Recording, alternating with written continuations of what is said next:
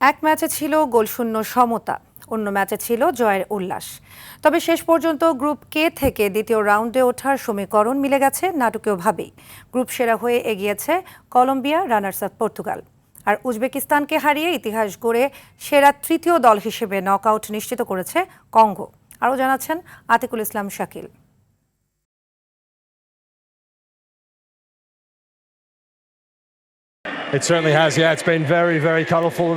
Group কেতে শেষ ম্যাচের আগে ছিল নানা সমীকরণ। শীর্ষস্থান দখলের লড়াইয়ে মুখোমুখি হয়েছিল পর্তুগাল ও কলম্বিয়া। অন্য ম্যাচে শেষ সুযোগ কাজে লাগাতে নেমেছিল কঙ্গো এবং উজবেকিস্তান। সবচেয়ে আকর্ষণীয় ম্যাচে আক্রমণ পাল্টা আক্রমণ হলেও গোলের দেখা পায়নি পর্তুগাল কিংবা কলম্বিয়া। গোলহীন পয়েন্ট ভাগাভাগিতেই শেষ হয় লড়াই। তবে এই ড্র যথেষ্ট ছিল কলম্বিয়ার জন্য। ৩ ম্যাচে ৭ পয়েন্ট নিয়ে গ্রুপ চ্যাম্পিয়ন হয় লাতিন আমেরিকার দলটি। পর্তুগাল ৫ পয়েন্ট নিয়ে শেষ করে রানার্স আপ হিসেবে।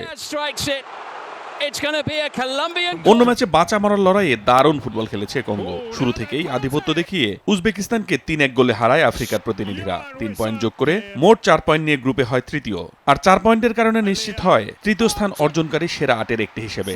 নিশ্চিত হয় শেষ ৩২-এর টিকিটও। বিপরীতে প্রথম বিশ্বকাপ খেলতে এসে ৩ ম্যাচেই হেরে বিদায় নেয় উজবেকিস্তান। গ্রুপ পর্ব শেষে তাই কে গ্রুপ থেকে দ্বিতীয় রাউন্ডে উঠেছে ৩ দল। গ্রুপ সেরা কলম্বিয়া, রানার্স আপ পর্তুগাল এবং সেরা তৃতীয় দল হিসেবে কঙ্গো। শেষ ম্যাচে জয় না পেলেও কলম্বিয়া শীর্ষস্থান ধরে রেখেছে। আর ইতিহাস গড়ে প্রথমবারের মতো নকআউট পর্বে জায়গা করে নিয়েছে কঙ্গো। আতিকুল ইসলাম শাকিল, RTV।